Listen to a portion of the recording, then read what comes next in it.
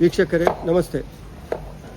ನಾವು ಬಹಳಷ್ಟು ಕಾಲಗಳಿಂದ ಕಾಯುತ್ತಿರುವಂಥ ನಮ್ಮ ಕುಂಬಳೆ ಸೀಮೆಯ ಪ್ರಧಾನ 4 ದೇವಾಲಯಗಳಲ್ಲಿ ಒಂದಾಗಿರುವಂಥ ಮದೂರು ಸಿದ್ಧಿವಿನಾಯಕ ಶ್ರೀ ಮದನಂತೇಶ್ವರ ದೇವಾಲಯದ ಬ್ರಹ್ಮಕಲಶ ಇದೀಗ ನಾಡ್ತು ನಮಗೆ ಗೊತ್ತಿದೆ. 27ರಿಂದ ಮೊದಲುಗೊಂಡು 7ನೇ ತಾರೀಕಿನವರೆಗೆ ಮಾರ್ಚ್ 27ರಿಂದ ಏಪ್ರಿಲ್ 7ರವರೆಗೆ ಬಹಳಷ್ಟು ವಿಜೃಂಭಣೆಯಿಂದ ನಾವೆಲ್ಲ ಗ್ರಹಿಸದ ಒಂದು ವಿಶೇಷವಾದಂಥ ರೀತಿಯ ನಮಗೆ ಆಕರ್ಷಣೆ ನೀಡುವ ರೀತಿಯಲ್ಲಿ ನಮ್ಮ ಭಕ್ತಿ ಪುರಸ್ಸರವಾದಂಥ ಒಂದು ಅನುಭೂತಿ ನೀಡುವ ರೀತಿಯಲ್ಲಿ ನಡೆಯುತ್ತಿದೆ. ಇವತ್ತು ನಾನು ಮದ್ದೂರು ಕ್ಷೇತ್ರದಲ್ಲಿ ಮತ್ತೊಮ್ಮೆ ಇದ್ದೇನೆ. ಹಿಂದೊಮ್ಮೆ ಒಂದು ವಿಡಿಯೋದಲ್ಲಿ ಇಲ್ಲಿ ಮಾಹಿತಿಯನ್ನು ಕೊಟ್ಟಿದ್ದೆ, ಈಗ ಮತ್ತೊಮ್ಮೆ ಇದ್ದೇನೆ. ಇಲ್ಲಿ ಈಗ ನಮಗೆ ವಿಶೇಷವಾಗಿ ಗಮನಕ್ಕೆ ಬಂದದ್ದು ಏನು ಅಂತ ಹೇಳಿದರೆ, ಬರುವಂಥ ಭಕ್ತರಿಗೆ ಮತ್ತು ಇಲ್ಲಿಯ ಪ್ರಸಾದ ತಯಾರಿ ಮುಂತಾದ ವಿಷಯಗಳಲ್ಲಿ ತಯಾರಿಗೆ ಬೇಕಾದಂಥ ತಯಾರಿಯ ಉಪಕರಣಗಳು ಅದು ಬಹಳಷ್ಟು ಸಾಂಪ್ರದಾಯಿಕ ರೀತಿಯಲ್ಲಿ ಮಾಡ್ತಾ ಇರುವುದು ನಾವು ನಿಮಗೆ ತೋರಿಸ್ತಾ ಇದ್ದೇವೆ. ಇಲ್ಲಿಗ ನೋಡಿ, ಮರದ ಸೌಟುಗಳನ್ನು ಅಂದರೆ ಏನು ಗೆರಟೆಯಿಂದ ಮಾಡಿರುವಂಥ ಸೌಟು ನಾವು ನೋಡ್ತಾ ಇದ್ದೇವೆ. ಇಲ್ಲಿ ತೆಂಗಿನಕಾಯಿಯ ಗೆರಟೆಯಿಂದ ಮತ್ತು ಬಿದಿರಿನ ಅದರ ಹಿಡಿ ಕೋಲು ಅಂತ ಹೇಳ್ತೇವೆ, ಅದರಿಂದ ಮಾಡುವಂಥ ಸೌಟು ಮಾಡುವಂಥ ಒಂದು ಕೆಲಸ ಬಹಳಷ್ಟು ವೇಗದಲ್ಲಿ ನಡೀತಾ ಇದೆ. ನಮ್ಮ ಜೊತೆ ಇವತ್ತು ನಮಸ್ತೆ, ನಿಮ್ಮ ಹೆಸರು? ಸುಬ್ರಹ್ಮಣ್ಯ ಆಚಾರ್ಯ ನಮ್ಮ ಜೊತೆ. ಮದೂರಲ್ಲ ನೀವು?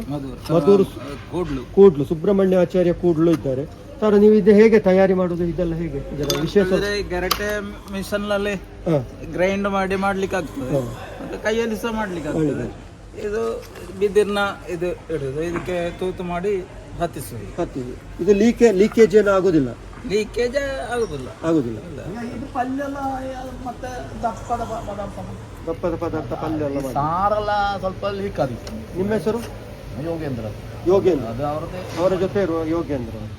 ಈಗ ಇದು ಈ ಗೆರಟೆಯನ್ನು ಈ ಕಣ್ಣಿರುವ ಗೆರಟೆಯಲ್ಲಿ 3 ಕಣ್ಣಿರ್ತಲ್ಲ, ಇದನ್ನೇ ಇದು ಯೂಸ್ ಇಲ್ಲ. ಅದು 3 ಲಾಸ್ಟಿಗೆ ಅದು ಲೀಕ್ ಆಗ್ತದೆ. ಒಂದು ತೆಂಗಿನಕಾಯಲ್ಲಿ ಒಂದೇ ಗೆರಟೆ ಚೌಟು ಮಾಡ್ಲಿಕ್ಕೆ ಆಗುವಂಥದ್ದು. ಕಣ್ಣಿರುವುದನ್ನು ಬಳಸಲಿಕ್ಕೆ ಆಗುದಿಲ್ಲ ಅಲ್ಲ, ಅದು ತೂತಾಗ್ತದೆ ಅದು ಬೇಗ. ಒಂದು ದಿವಸದಲ್ಲಿ ಎಷ್ಟು ಸೌಟು ಮಾಡ್ಲಿಕ್ಕೆ ಆಗ್ತದೆ? ಮೊನ್ನೆ ನಾವು 5-6 ಜನ ಇದ್ದೆವು, ಒಂದು 54 ಆಗಿದೆ. 54 ಆಗಿದೆ. ಒಬ್ಬರಿಗೆ ಸಾಧಾರಣ ಎಷ್ಟು ಮಾಡ್ಬೋದು ದಿವಸದಲ್ಲಿ ಅಂದಾಜು? 10-15 ಮಾಡ್ಬೋದು. ಅಂದ್ರೆ ಸ್ವಲ್ಪ ಒಂದಷ್ಟು ಶ್ರಮ ಇದೆ ಇದರ ಹಿಂದೆ ಅಲ್ವಾ?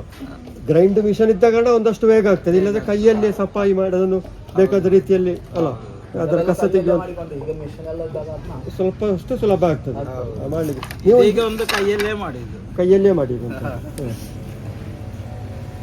ಮಾಡಿರುವಂಥ ಸೌಟು. ಸಾಧಾರಣ ಇದರ ಬಾಳ್ವಿಕೆ ಹೇಗಿರ್ತದೆ? ಈಗ ನಮ್ಮ ಮನೆಗಳಲ್ಲೆಲ್ಲ ಮೊದಲು ಯೂಸ್ ಮಾಡ್ತಿದ್ರು, ಒಂದು 2-3 ವರ್ಷಕ್ಕೆ ತೊಂದರೆಲ್ಲ ಇದೇ ಯೂಸ್ ಮಾಡ್ತಾ ಇದ್ದೀವಿ. ಜಾಗ್ರತೆಯಿಂದ ಬಳಸಿದ್ರೆ 2-3 ವರ್ಷ ಬಳಸ್ಬೋದು ಅಲ್ಲ. ಬಿದಿರು ಸಿಗ್ಬೇಕು, ಬಿದಿರಿಂದ ಕೋಲು, ಅಲ್ಲದಿದ್ರೆ ಸಲಿಕೆ ಅಡಿಕೆ ಮರದ ಸಲಾಕೆ ಮಾಡ್ಲಿಕ್ಕೆ ಆಗ್ತದೆ. ಬಹುಶಃ ಇದು ಚೇಂಜ್ ಮಾಡ್ಲಿಕ್ಕೆ ಬರ್ತದೆ ಅಂತ 1 ವರ್ಷಕ್ಕೆಲ್ಲ. ಅದು ಕೊಂಬಾದ್ರೂ ಆಯ್ತು, ಯಾವಾಗಲೂ ಯೂಸ್ ಮಾಡ್ತಿದ್ರೆ ಕೊಂಬ ಆಗುದಿಲ್ಲ. ಇಲ್ಲಿಗ ಮಧುರ ದೇವಸ್ಥಾನದ ಮುಖ್ಯವಾದಂತಹ ಭೋಜನ ತಯಾರಿ ಮತ್ತು ಪ್ರಸಾದಗಳ ತಯಾರಿಯಲ್ಲಿ ಇದೇ ಸೌಟುಗಳನ್ನು ಬಳಸುವಂಥದ್ದು, ಸಾಂಪ್ರದಾಯಿಕ ರೀತಿಯಲ್ಲಿ ಸೌಟುಗಳನ್ನು ಬಳಸುವಂಥದ್ದಲ್ಲ. ಆಗ್ಲಿ, ಈಗ ನಿಮಗೆ ಎಷ್ಟು ಮಾಡ್ಲಿಕ್ಕೆ ಅಂತ ಹೇಳಿ ಹೇಳಿದ್ದಾರೆ? ಎಷ್ಟು ಅಂತ ಇಲ್ಲ, 200 ಬೇಕು ಅಂತ ಹೇಳಿದ್ದಾರೆ, ಮಾಡ್ತಾ ಇರುವಂಥದ್ದು. ಈಗ ನೀವು ಇಲ್ಲಲ್ಲದೆ ಬೇರೆ ಕಡೆ ಇದು ಮಾಡ್ತೀರಾ? ಸೌಟು ಸಿಕ್ಲಿಲ್ಲ, ಮಾಡ್ತೀವಿ. ನಿಮಗೆ ಹೇಗೆ ಈ ಕಲೆ ಬಂದದ್ದು, ಈ ಮಾಡುವಂಥದ್ದು? ಮರದ ಕೆಲಸ ಮಾಡ್ತೀವಿ. ಆಗ ಆ ರೀತಿಯಲ್ಲಿ ಚಿಕ್ಕಂದ ಕಲಿಯುವಾಗಲೇ ಮಾಡ್ತಾ ಇದ್ದೆ, ಇದನ್ನೇ ಕಲ್ತಿದ್ದೇವೆ. ಒಳ್ಳೆಯದು, ನಮಸ್ತೆ, ಮಾಡಿ. ಈಗ ಇನ್ನೊಂದು ನೋಡಿ, ಬ್ರಹ್ಮಕಲಶಕ್ಕೆ ವೈದಿಕ ವಿಭಾಗಕ್ಕೆ ಬೇಕಾದಂಥ ಕುಳಿತುಕೊಳ್ಳಲು ಬಳಸುವಂಥ ಮಣೆ ಅಂತ ಹೇಳ್ತೇವೆ ನಾವು. ನೋಡಿ, ಮಣೆ ಅಂತೇಳಿ ಇಲ್ಲಿ ಮಾಧವ ಅವರಿದ್ದಾರೆ. ಇದನ್ನು ಈ ಬಡಗಿ ವಿಭಾಗದ ವಿಶ್ವಕರ್ಮ ವಿಭಾಗದಲ್ಲಿ ಅದಕ್ಕೆ ಸಹಾಯಕರಾಗಿ ಕಾರ್ಯನಿರ್ವಹಿಸಿದ ಮಾಧವ ಅವರಿದ್ದಾರೆ. ಇದೀಗ ಯಾವುದರಿಂದ ಮಾಡುವಂಥದ್ದು? ಇದು ಹಲಸಿನ ಮರದಲ್ಲಿ ಮಾಡುವಂಥದ್ದು. ಯಜ್ಞ ಮಂಟಪಕ್ಕೆ ಬೇಕಾದ ಕಲಾವನ್ನು, ಯಜ್ಞ ಮಂಟಪಕ್ಕೆ ಬೇಕಾದ ವಿವಿಧ ಆಕಾರದ ಬೇರೆ ಬೇರೆ ಮನೆಗಳು. ಇದು ಹಲಸಿನ ಮರ. ಇದನ್ನೀಗ ಹೇಗೆ ಎಷ್ಟು ಜನ ವರ್ಕ್ ಮಾಡಿದ್ದಾರೆ ಇದರಲ್ಲಿಗ? ತುಂಬ ಜನ ಇದ್ದಾರೆ, 4-5 ಜನ ರಾತ್ರಿ ಎಲ್ಲ ಕೆಲಸ ಮಾಡಿದ್ದಾರೆ. ನೋಡಿ, ಅರ್ಧ ಚಂದ್ರಾಕೃತಿಯ ಮನೆ, ಅರ್ಧ ಚಂದ್ರಾಕೃತಿ ಅಂತೇಳಿ ಇದು ಕಾಣಿಸ್ತಾ ಇರೋದು. ಷಟ್ಕೋನ ಇದು ಷಟ್ಕೋನ ಅಲ್ಲ, ಷಟ್ಕೋನದ ಮನೆ. ಇದು ಬರ್ದುಂಟು ಅದು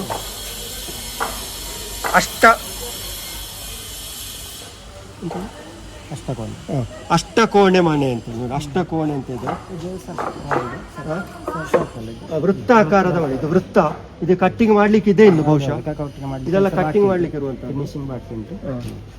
ಹಾಗೆ ಎಲ್ಲ ಬೇರೆ ಬೇರೆ ಬೇರೆ ಬೇರೆ ಆಕೃತಿಯ ಮನೆಗಳು ತೋರಿಸ್ತಾ ಇದ್ದೇನೆ ನನಗೆ. ಇದು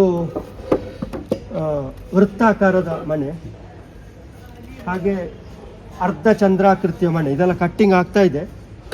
ಅದು ಆ ದಿವಸಕ್ಕಾಗುವಾಗ ಆ ರೀತಿಯಲ್ಲಿ ಸೆಟ್ಟಿಂಗ್ ಆಗ್ತದೆ. ಮತ್ತೆ ಇದೆಲ್ಲ ಕೂತ್ಕೊಳ್ಳಿಕ್ಕೆ ಇರುವ ಸಾಮಾನ್ಯ ಮನೆಗಳು, ಪ್ರಧಾನ ಪುರೋಹಿತರಿಗೆಲ್ಲ ಕೂತ್ಕೊಳ್ಳಿಕ್ಕೆ ಇರುವ ಮನೆಗಳು. ಮತ್ತೆ ಇದರಲ್ಲಿ ಬೆಳ್ಳಿಯ ಇದು ಬರ್ಲಿಕ್ಕಿದೆ, ಬೆಳ್ಳಿಯ ಹೂ ಬೆಳ್ಳಿಯ ಹೂ ಇದೆಲ್ಲ ಬಿಡಿಸಲಿಕ್ಕೆ ಇದೆ. ಈ ರೀತಿ ಮನೆಗಳನ್ನು ಕೂಡ ನೋಡಿ, ಯಾವ ರೀತಿಯಲ್ಲೆಲ್ಲ ನಮಗೆ ಗೊತ್ತಾಗುದಿಲ್ಲ, ಇದೆಲ್ಲ ನಮಗೆ ಕಾಣಿಸಿದ ವಸ್ತು. ಇದೇ ನೋಡಿ ಕಟ್ಟಿಂಗ್ ಮಾಡಿ ಇಟ್ಟಿದ್ದಾರೆ. ಇದು ಒಂದು ರೀತಿಯ ಮನೆ. ಇದಕ್ಕಿನ್ನೂ ಬೇಕಾದ ಆಕಾರವನ್ನು ಭರಿಸಲಿಕ್ಕಿದೆ. ಈ ರೀತಿ ಇಲ್ಲಿ ವ್ಯವಸ್ಥೆಗಳು ನಡೀತಾ ಇದೆ.